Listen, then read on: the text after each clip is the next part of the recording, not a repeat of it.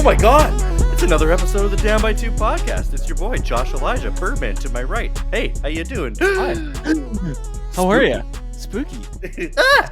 You smell that? I smell that. Oh boy. So don't mind us. We just did a little bit of laughing gas. Yeah.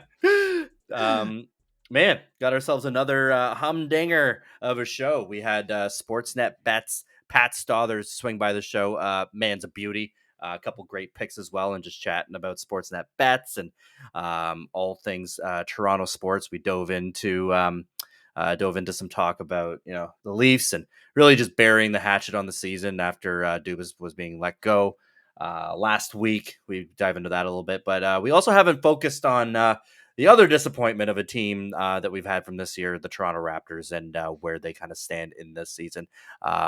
At the end of the season, going into the draft, whether or not they climb up the draft ladder or if they kind of stand pat. We get into all of it. And it's all being able, you can stream it all actually on YouTube, Spotify, any of the platforms, you name it, it's here. It's the Down by Two podcast, brought to you by Yup Beer. Visit yupbeer.com to find a location near you. Now available in the beer store. What it do? And also by Crier Media. Visit crier.co for all things DB2 and sports related content. There's your intro. Yep. Nice. That's it. That was good. That was it. I like the way that smells. Yeah, it stinks. Yeah, it stinks. You like that? Yeah, great episode. It was a really good time chatting with him. But other news going on right now. We're gonna be taking a week off because we fucking can. It's our show. We're gonna take a week off because we got a little trip planned, don't we, Birdman? Mm-hmm. Gonna be hopping on a flight going to On a flight going to the Caribbean. The It's gonna Caribbean. Be nice. Yeah. Going down to Dominican Republic. I wonder why we're going down there. Bachelor party. Where did I leave my bachelor party? Bachelor party. Not just any bachelor party. A certain someone. Near and dear to our hearts. Yo, it's gonna be a time. It's gonna be a time. I'm first of all very grateful. The boys are fucking putting this whole thing together. It's gonna be a wild time with fucking 15 or 17 of my closest fucking friends. This is I'm excited. I'm scared. I'm pumped. I'm scared. I'm actually more scared for you than I am for myself because like I'm part of the scaries. Like I'm gonna be your worst nightmare or part of it or best nightmare, best dream. I don't know. We will see. Good dream. We just got to get you back in one piece, I suppose. With a heartbeat. Look. Yeah. Let me just be honest with everyone tuning in and listening to this. I myself, like I'm a pretty responsible guy, and I feel I'm pretty responsible, and I feel like out of our group of friends, I can be like chill and just be like, look, guys, it's getting a bit late for Tuesday. Maybe we just need to. Maybe it's we just 3 a.m. It's getting a bit late for a Tuesday. Maybe we just need to get the bill. No, we don't need another pitcher. Okay, I feel like I'm the voice of reason, a lot of the time. What? But then I feel like going down to this trip to Punta Cana.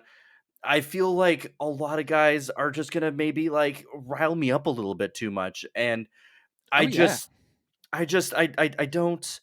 don't know, because like just me being the responsible one in the group is just that's who I am. That's my nature, and like is it? I feel like all these other guys are gonna try and get me out of my skin a little bit. So, where's this coming from? That's the dumbest thing you've ever said. The voice of reason. What? Look, I try to keep. I'm a mild mannered guy. Dude, the last time I visited you, I was barely halfway through the door. Oh, you mean the down bachelor party? Yeah, no, the work party, the Christmas work party. This is just the Down by Two bachelor party, and then there was the work Christmas party. Yeah, it was just you, me, and Mike. Dude, I'm like halfway. That is the bachelor party, basically. Halfway through the door, and this guy's already got like a shot poured for me. Mm-hmm. I think you iced me. You iced me in your own home. Okay. Yeah. What else? I probably did that. Yeah, I wouldn't even be surprised if you whip out a friggin' 20-foot, 2-story shotgun thing. Ding dong. Yeah, funnel. Like, I'm not the bringing voice of that. reason. Like, what are you talking about? That's ridiculous. Well, okay. That's if let me be honest now for the record like on the record here. I'm scared because there's what 16, 17, 18 of us going. I've lost count. Dude, it's Uh, just gonna be like the biggest payback of all time for all the times that you've That's gotten what the I'm 18 of us just absolutely belligerent.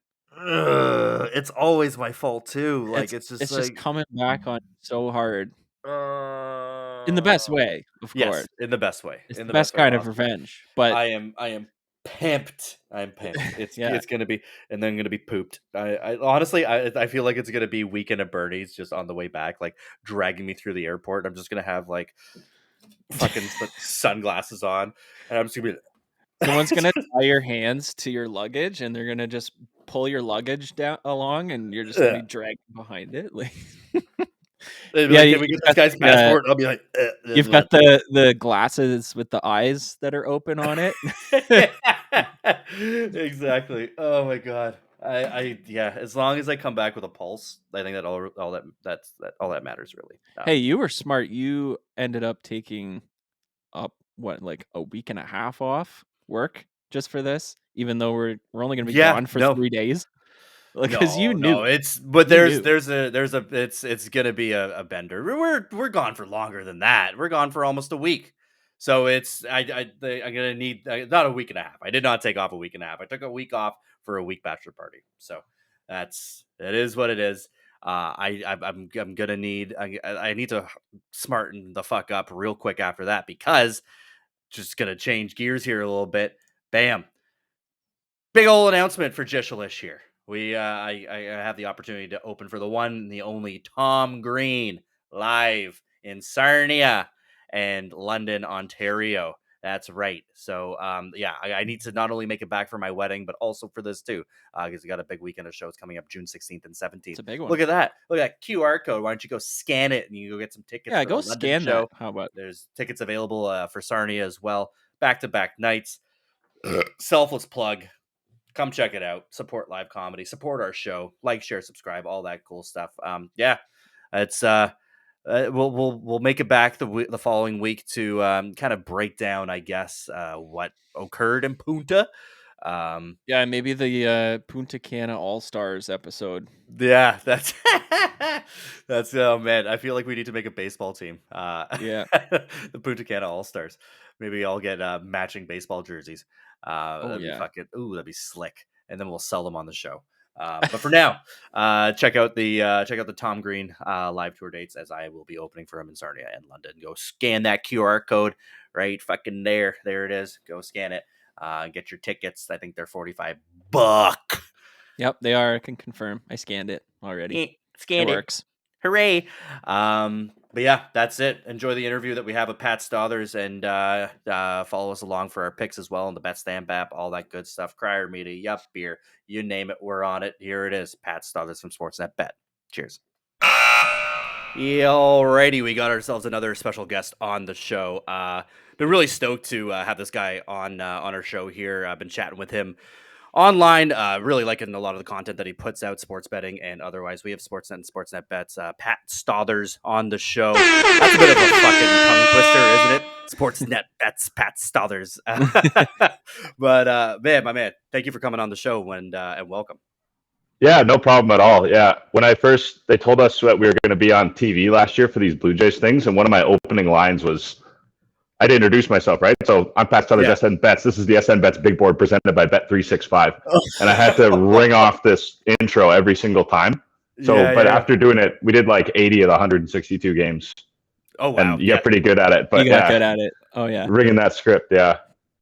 But it's been a wild ride. We had SN Bets pop up, and Cabby was like running all of our stuff for us, and we were making a lot of memes. Like I think you saw a lot of our content of just like reactionary memes to sports and stuff, and yeah, it was pretty cool.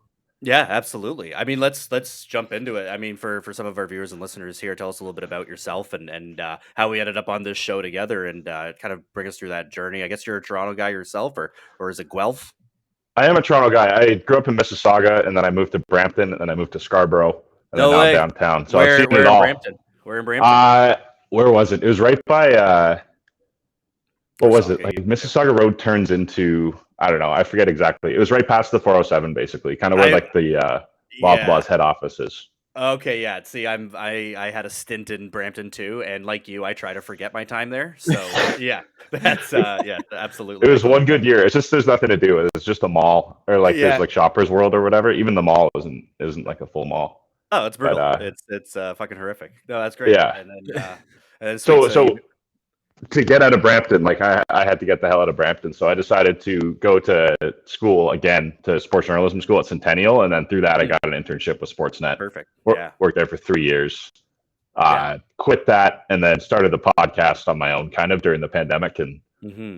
basically spewed hot takes about hockey. And then through that, I got the SN Bets thing. So it was a good Nice. little, yeah. Yeah, man. That's No, cool. that's fantastic. We that's basically kind of our story as well when it comes Yeah. to this podcast is during the pandemic. I mean, for myself doing stand up comedy and Birdman over there doing music, Mhm. we need something in order to put our creative juices at work over the pandemic, because comedy and live shows together were non-existent. So that's kind Yeah. of how we ended up with this as well. Yeah, it's definitely a time for people. I mean, anyone who saw the writing on the wall and started a podcast, it was kind of a good idea, right? Because everyone was stuck at home for a year. But it was crazy. Just Absolutely. Mhm. when you do it, like for enough time, you guys have been doing it. You start to see just like people that you've known kind of your whole life, and they'll be like, "Hey, I saw your thing. Like, good job, blah blah blah." And it's like really fulfilling feeling, like when you started this thing just Yeah. for. I'm sure you guys just started for fun or whatever. I don't know what your intentions were, but yeah, Originally, that's yeah. yeah, Yeah, just I mean, it's here to still shoot the fun, shit, but right?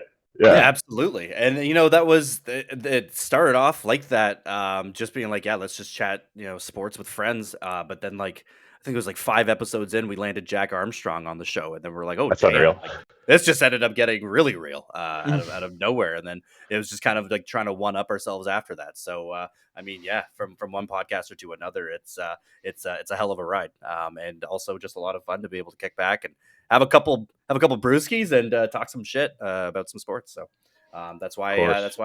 we're pumped to have you on the show. And Sportsnet Bets. Let's chat about that, and like working with Cabby, and Yeah, we've had our boy Kyle Parkinson on the show as well, another yeah. Sportsnet Bet favorite. And yeah, what's your time been like working with them and working with Cabby? Yeah, it's really cool. I mean, I got a friend of mine sent it to me and said this is this betting thing. It was on Twitter, so I saw it on Cabby's Twitter, and I ended up clicking that link and applying. I applied to the sports thing. I reached out to everyone I knew, Yeah. but the way he pitched it to me was like we are like the squad for betting. Like we're representing sort of what fans are going through or bettors are going through as you're watching a game. Oh And I'm hell like, yeah. that's perfect because that's kind of just who I am. You know what I mean? I don't yeah. really have to try very hard. But it was amazing. So as soon as we got in there, he's like showing us the studio, and Cabby's a boss. Like this guy's been around for I don't know how many years, but he's been Oh, he's a doing this, Yeah. and he's a G. Yeah. Yeah. he's a professional. He has all these connections. Everybody that sees him is like, yeah, like they're happy to see Cabby. Like he is as advertised.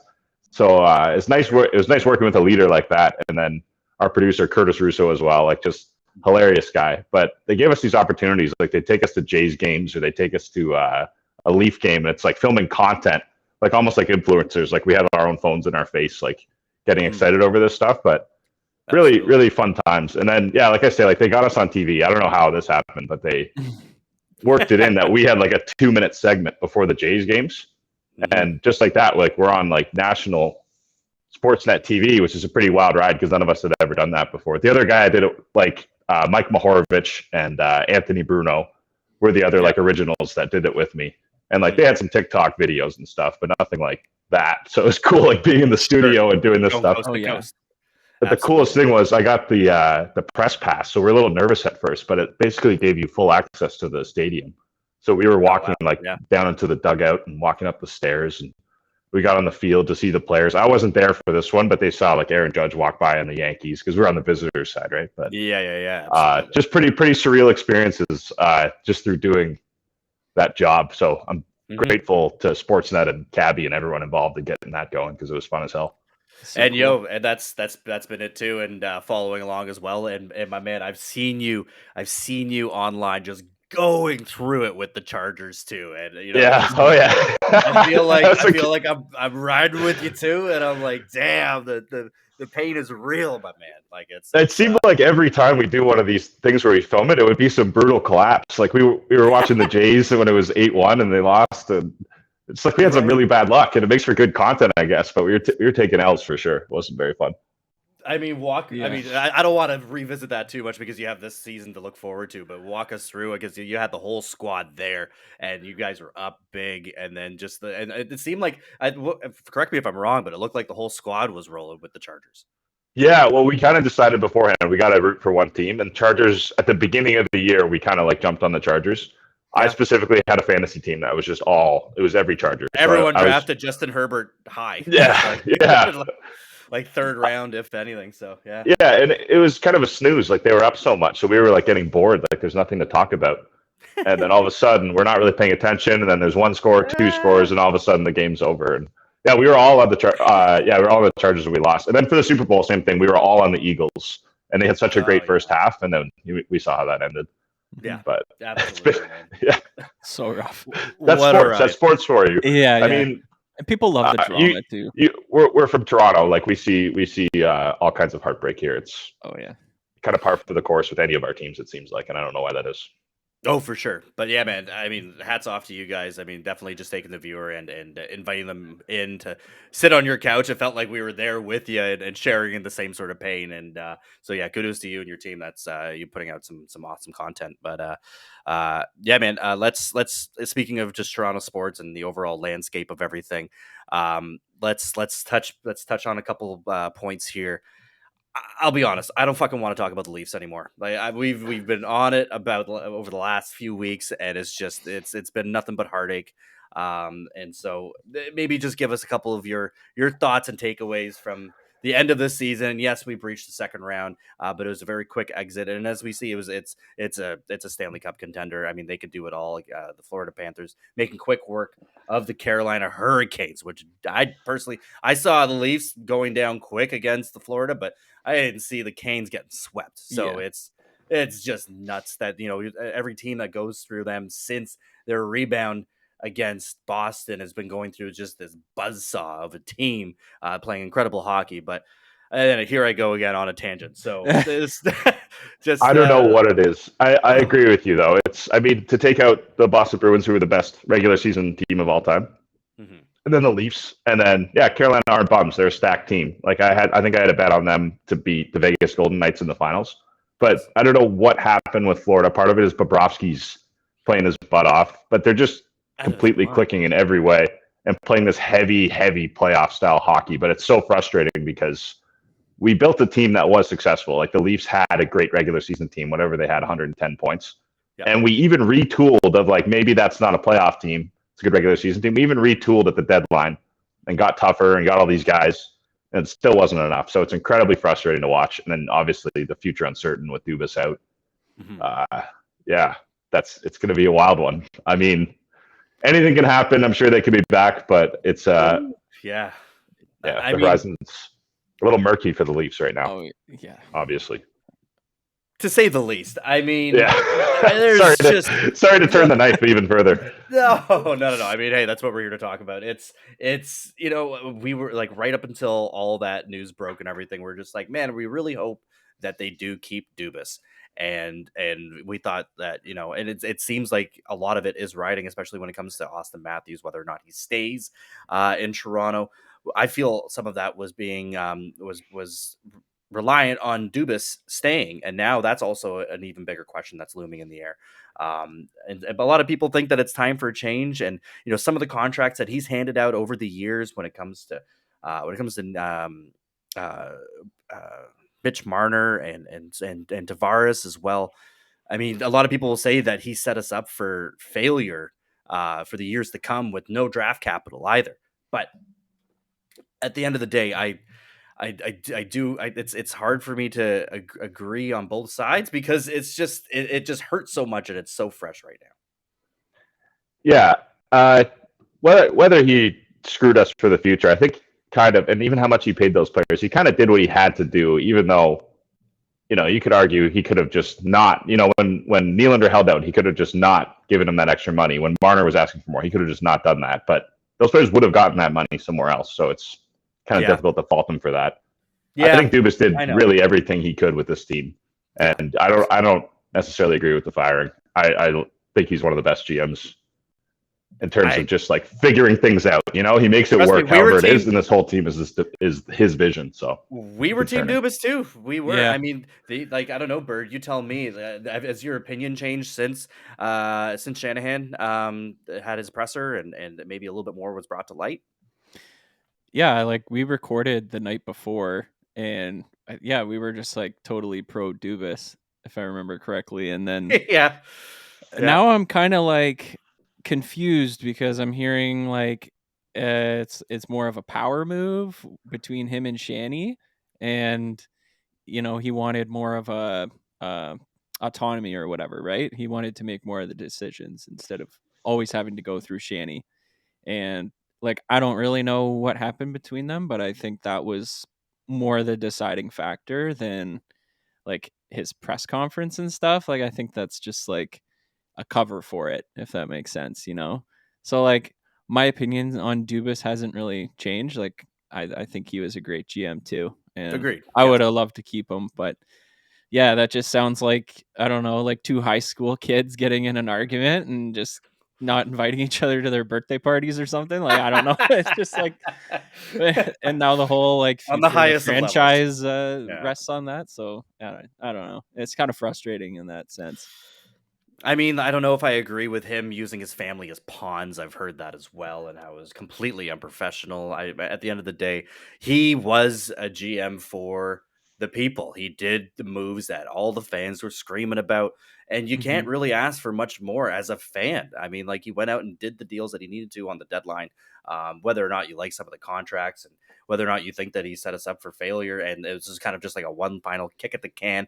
Kind of felt like Anthopoulos a little bit, where it's just like, all right, well, I'm probably going to be gone next year anyway, so here, let's just go for broke here. But at the end of the day, I whichever team gets him is going to be very lucky. Yeah, agreed. Okay, that's it. No more. We got a whole no more Leafs. No more Leafs. Leafs season's over. We got a whole summer to fucking bitch and complain about the Blue Jays, and I don't even want to get into that right now quite yet. Let's speaking of disappointments, let's talk about our Raptors. That's something that we haven't covered a lot of recently, and man, a lot of uncertainty with what's going on with that organization too. I mean, it's starting with the firing of Nick Nurse. We haven't really been able to dive too much into that, but I'd love to get some of your thoughts and what direction we should be heading in when it comes to finding a new head coach. Yeah, I mean, again, Nick Nurse kind of has the same feel to me, where I like the guy. He had proven success with us. He seems to be a clever coach. Like he's been proven to like change his schemes on a night-to-night basis in order to help the team win. It's not necessarily his fault for all the struggles, but he's got to go. Some of it probably is. Where do you go for the new coach? I don't know who's really available. Like there's a lot of talk about Steve Nash coming in, and it's like whether you think, yes, Brooklyn Nets were kind of an absolute mess. Excuse me, they were a total mess, from top to bottom. Yeah. So is that a one-off, or was he part of that mess where he might not be the best coach to come in here? Like we've seen in like a number of sports, your best players aren't necessarily the best coaches. But who knows? That was his first kick at the can, right? So I wouldn't hate seeing Steve Nash just because he's Canadian and plays the Raptors. It's very storybook, but I really don't know anything about him as a coach. Yeah, a lot of people have said that, just looking at the way that he handles the game and is able to command his players and command his team, that he wasn't able to do that in Brooklyn. And fucking, how could you? I mean, like you look at the guys he was trying to do it look with, at the guys. I mean, and none of them are healthy at any time at any given point. I mean, they play how many games do they have collectively between Harden, Durant, and Kyrie? Like you can't really blame him, but you have to point the finger somewhere. I mean, I like how much of a frenzy Raptors fans are getting in with Steve Nash and JJ Redick being interviewing for the job as well. It's just it's nuts. But one thing that still kind of it still kind of bothers me is the way Udoka kind of labeled the Raptors as just being a mid team. And do you think that's tarnished what it's like, or the allure to maybe coming over and coaching the Raptors? Because now you're looking at some coaches like Monty Williams. You just got fucking canned from Phoenix, and then interviews with the Detroit Pistons. Detroit Pistons send him an offer, and he turns it down. So it's just like, are you seeing coaches now kind of picking their next sort of steps based on what everyone else kind of thinks of them as a team or an organization? Yeah, I don't. I do think there is a bit of bias, obviously, against Toronto in terms of like we've always had trouble getting free agents here until Kawhi, and then he came here for like half a season and left. Like No, traded, like it's traded, yeah. But he players have never wanted to come north of the border. I don't know why that is necessarily. Like if it's the weather or the taxes or whatever it is. But in terms of like the Raptors being a mid team, like you say, there is a lot of uncertainty here. So if you are a coach that wants to go and win right away, this might not be the best destination because I think they were exactly 41-41 last year. Like it's a 500 team. Yep. So depending on what happens, it's the definition of mid. So depending on which way these dominoes fall, they could go, they could be on the up and up again, or they could totally drop towards the bottom. And you don't necessarily want to be the coach that puts his name on a sinking ship, And it just doesn't feel like it's within the Raptors' DNA to want to go out and get like a Budenholzer or a Monty Williams, or God fucking forbid if it's Doc Rivers. I swear I will snap if it's Doc. That guy's never been. I've never been a big fan of his coaching style. But that being said, the Raptors don't. They seem like they might pull the same sort of thing when they fired Dwayne Casey and then promote within and promote Nick Nurse. So you may end up seeing someone like an Adrian Griffin coming in, and or for example someone from one of the assistant coaches from Denver who's now made it to the finals as well. So I feel like that they're not going to go for one of those big name coaches. I definitely do think that they would promote within. That being said, though, you made a good point with the team being 41-41. It can either go trend upwards or downwards. Which direction do you kind of see that? And is there any relation to that with when it comes to our draft and where we kind of sit as of now? Yeah, if there is a big trade coming for the draft, Portland was shopping their pick. The Pacers were shopping their pick. If we're moving up in the draft and getting one of these top guys and keeping the 13th pick, depending on it all comes down to what happens, right? Like if we keep OG, yes, we could be on the up and up right away with a couple of good prospects, but we're going to have to move somebody, right? Like Siakam would probably be the first to go. You still have to sign Van Vliet and I forget, but anyways, it's Trent. Trent. Yeah. But these things have to happen, and knowing Masai and his history, he's not a guy that's going to do everything we're talking about. Everyone, the big names of the coaches, we're not necessarily going to sign that. We're not going to go for the big swing trade. I think he's a very patient guy, and he's going to wait until these deals are the perfect deal before he actually pulls the trigger. Otherwise, he's not going to show his hand. He's going to draft accordingly. We'll get somebody like Kobe or whatever, and see what happens. Yeah. No, absolutely. Yeah. I mean, there's been a lot of great picks that have come in within that sort of realm. First of all, let's just go back to our options that we're looking at right now with Portland shopping their number 3 pick. Why? If you're Portland, I don't understand why you're doing that, because you haven't been able to build a winning roster around Damian Lillard, and now you think by shipping your third pick for, OG Anunoby or Pascal Siakam, that's going to do it?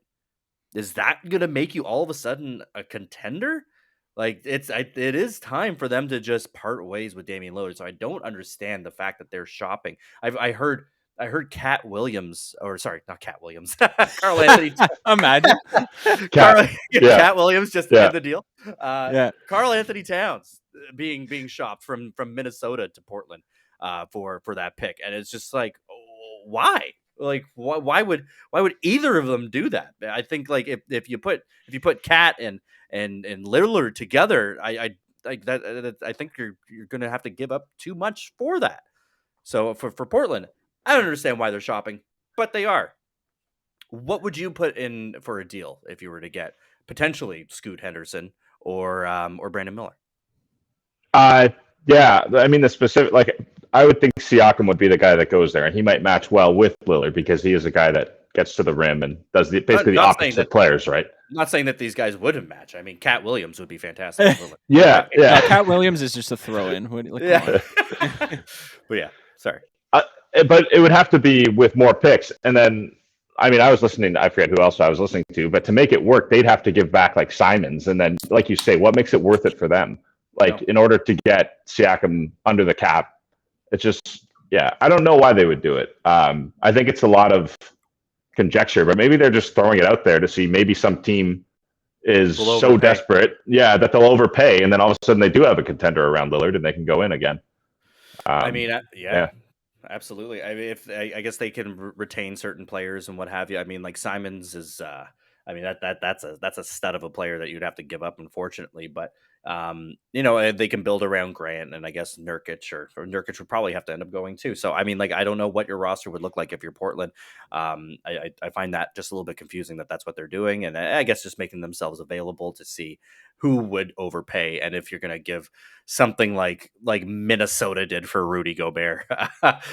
So I mean, like you never know. I mean, that's maybe why Minnesota is trying to get rid of Cat, because they need some of that draft capital back. Otherwise, they're screwed.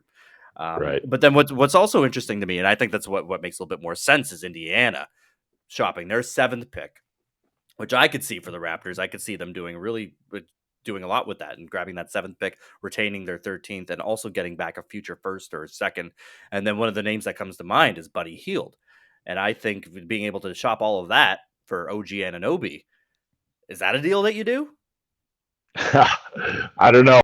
I really don't know. Like with OG, like he's a guy you match up against anybody defensively, and that's just so hard to come by. And I think Masai knows what he has in OG. I mean, we should do it kind of anything we can to hang on to that guy, in my opinion. But again, I think because of his patience, it's not going to be some last minute deal where he pulls the trigger at the draft. As much as we might hope he does it, I don't think anything's going to happen. I think we're just going to take our 13th pick and move along. And does another team go for it? I'm not even sure of that either. It seems like it's all very like this. These all came out 2 or 3 days ago, right? Mm-hmm. It's all very flash in the pan. So. Absolutely. Yeah. And you know what? If we've looked at any sort of track record when it comes to the Raptors and it comes to Masai and Bobby, they don't do anything crazy unless it's a DeMar for Kawhi trade. You won't see them pull anything nuts on the on draft night. I totally agree with you. I think the 13th pick, there's a lot of talent that can be added to the team that's coming in at that 13th pick. Sucks that we couldn't be higher, but again, I think you're looking at these teams like Portland, Indiana. Again, Indiana, I guess they think that they can build a contender with what they have now. I don't know. That remains to be seen. But I think Raptors fans, don't get too excited. There's nothing big is going to happen. Nothing big really did happen aside from Jakob Poeltl at the trade deadline, which we didn't really. I mean, we thought maybe we might see that, but then we thought that there was going to be another trade that followed, and turns out I definitely did. We're just like, oh man, big start. Masai's cooking, and then nothing actually happened. Yeah. The one thing that's just like, with Masai addressing after the media after the Jakob Poeltl trade was that there were a bunch of trades that were on the table, and he's like, these are all deals that we can still do come draft day and in the summer. So he may be sitting on something that's already been negotiated from draft or from the trade deadline day. But Raptors fans, again, don't get excited. Look at his track record. He hasn't done anything crazy. But then again, who knows? He might surprise us with something on draft day. But then again, I think you're right. 13th pick. Look at what our options are. Address the shooting. That's definitely something that we need. Yep, I agree. Yeah, I don't think you have to go through a full. Everyone was begging for them to tank and blow it up, and you don't have to do that. I don't think. Like, there's enough pieces that they can try to retool, and you just have to have faith that they can kind of pull it off. But there really is, and I mean, if if there's been any story of this NBA postseason this year, has been the Miami Heat and having that 8th seed. Hopefully by the end of this episode, when we're done recording and everything, that they will be heading to the NBA Finals to go face the Denver Nuggets. But yeah, I think you just got to look. You got to look at some of these play-in teams, and once you're in, you're in. And the sky's the limit when it comes to Miami. We had them pegged as being an underperforming team this year, and not hitting the win over for the entire season. And I'm pretty sure we hit that because they were an 8 seed going in. So and then it's just, Jimmy Butler. Obviously, that's why I'm wearing his fucking tarp right now. But he's been he is him. He's been destroying. So I mean, yeah. Again, Raptors fans, maybe not blow it up right now. I think let's just stand pat. I think we've needed a bit of a change when it comes to culture behind the head coach seat as well. So I think once we get the proper coach in place there, I think things will look a bit different for us. So let's maybe try another season with this core, with what we have, retain what we can, and move forward. Yeah, just try some different schemes, maybe with a different coach and someone that actually can command the attention of the players. Like, I feel like Nurse definitely lost those guys a little bit, and man, getting a guy like Buddy Hield would be so sick. Like, we need a shooter so bad, and getting a guy like that would just be like, that would be perfect. I'd be happy with that. I'd be happy with that too. I don't know if I want to get rid of OG. I'm maybe on the same page here with Pat, but that's again, I don't think anything's gonna happen. And then watch, a year from now we end up in 11th and we don't even make the fucking play in, and then we're all pissed off all over again. So that's just life and time of a Toronto sports fan. So that's kind of what we're looking at for that. So stay tuned. Obviously the draft is coming up in the next couple of weeks, and we'll have full coverage on that as well. Moving along, though, it's time for DB2 Bets. Ding, ding, ding. Brought to you by our boys over at BetStamp. Make sure you download the BetStamp app to be able to line shop and find the best odds across all the different sports books and all the different markets as well. And use that promo code DB2 for all those sweet, sweet sign-up bonuses. Now, Pat, been looking forward to this. Is it just me, or am I the only one who is completely fucking frustrated with the NBA and NHL scheduling right now? That we have two games playing on fucking Thursday night, both at 8:00, and all we can do right now are baseball. And if they Friday, both end May the 26th, if they both end tonight, we have to wait like a week until the finals start.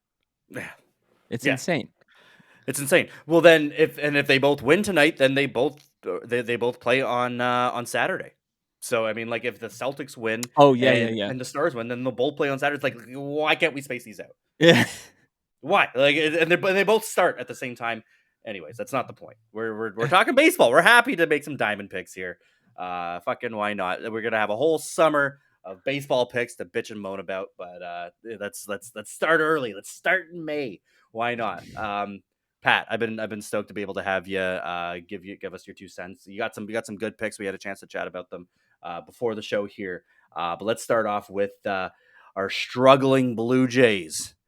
We got our Toronto Blue Jays finally finished our series with our division rivals, with the Orioles and the Yankees and the fucking Rays and the Red Sox, and we finally get to face another team from a different division. Now it is the Minnesota Twins going into the weekend. But you like the Jays. Tell us why.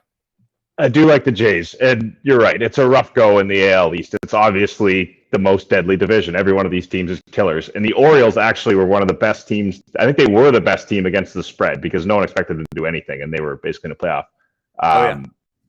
But I like the Jays. I had them kind of pegged to. I had them pegged on the season over for win total. So I mean, like, they're playing some fucking incredible baseball, but then you look at the Rays and it's like, fuck off. Like, it's just it's too much. Like, why?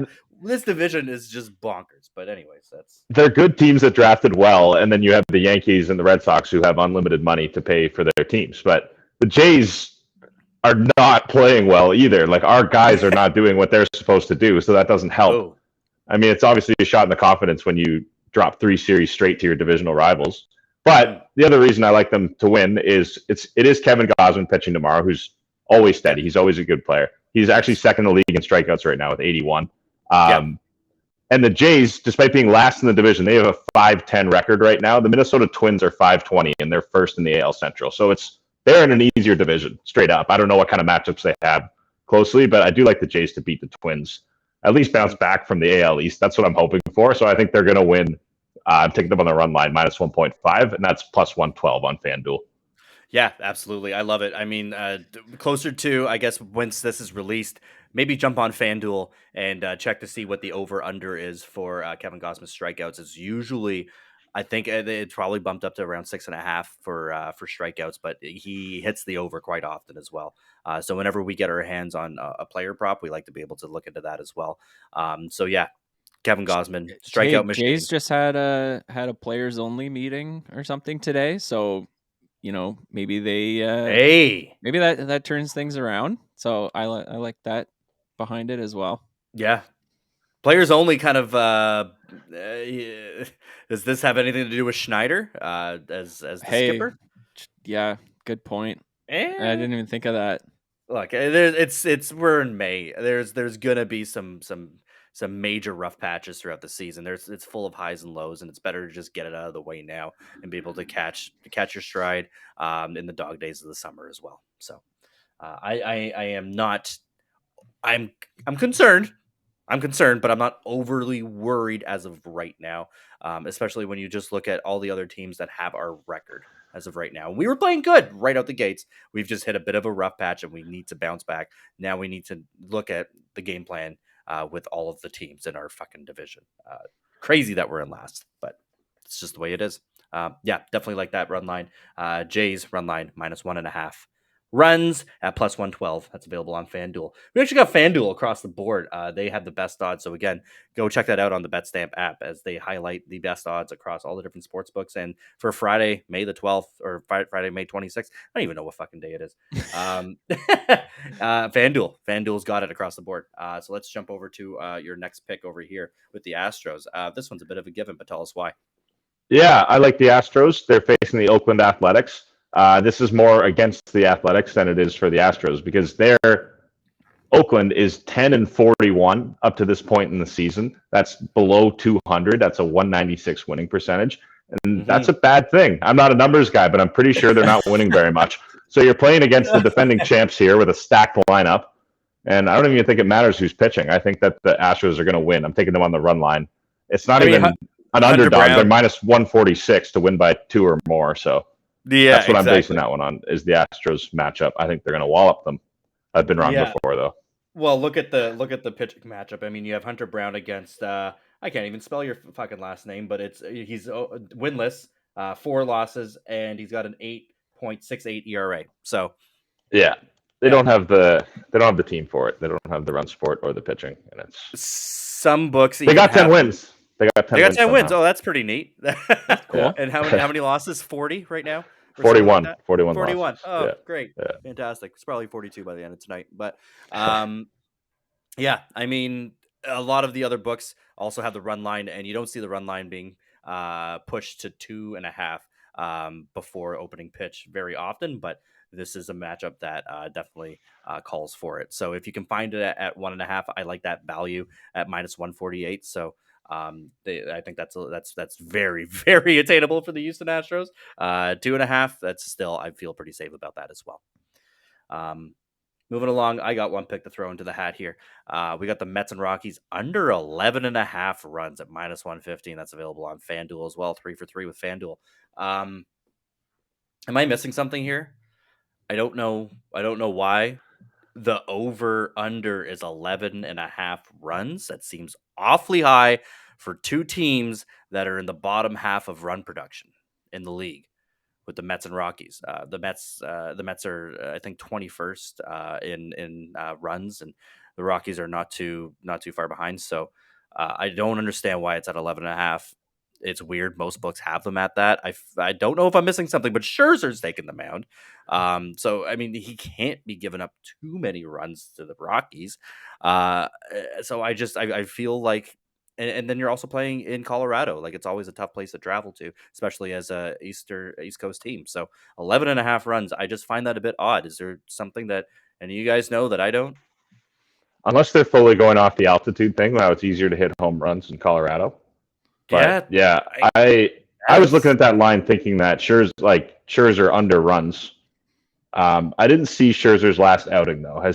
I don't think he's starting as well, right? Like since he got dinged with the sticky stuff. No, he's back in starting. He's back in starting. He's since he got dinged with the sticky stuff, he's been okay. He's been fine. I have him on my fantasy team, and he's been good. He's only had one outing. So I just don't think that this will be much more than maybe 8 runs total, 9. So 11.5. It just seemed to be a bit high. So unless I'm missing something, you guys let me know. Let me know in the comments if you guys pick something out that I didn't. It's just I see 11.5, and I think under. So be that as it may. But one more time, Sportsnet Bets, Pat Stothers on the show. My man, thank you so much for jumping on. Please come back. Please come back and do this again. Anything else that we got to be looking out for right now when it comes to you? Where can we check out your show? You can check me out at the Casual Fan Podcast on TikTok. It's Fan the Casual on Instagram. But yeah, I'm also bartending in my part-time, so come to Hemingway's downtown in Toronto. It's a good spot. Dude, Hemingway's. Yeah. Hell yeah, absolutely. Yeah. Yo, that's a great place. You can come down and I'll feed you drinks all night. So man, I've done some shows at Hemingway's as well. Always been a disaster, but but for stand up, questionable but just for drinks and for you, Pat, that's without a doubt, that's definitely a good time. Maybe we'll swing by and grab a pint there before we head out to Punta Cana. We're gonna do it. Absolutely. Yeah. And have fun on your trip. That'll be awesome. You need a little pregame warm up, I think. Absolutely. Yeah. I don't want to overdo it before I even get on the plane. So in moderation. But one more time, Pat Stothers, thank you so much for joining us. Yeah. Thank you guys. Really, thank you for having me. It's fun. Cheers, guys. Cheers. Thanks.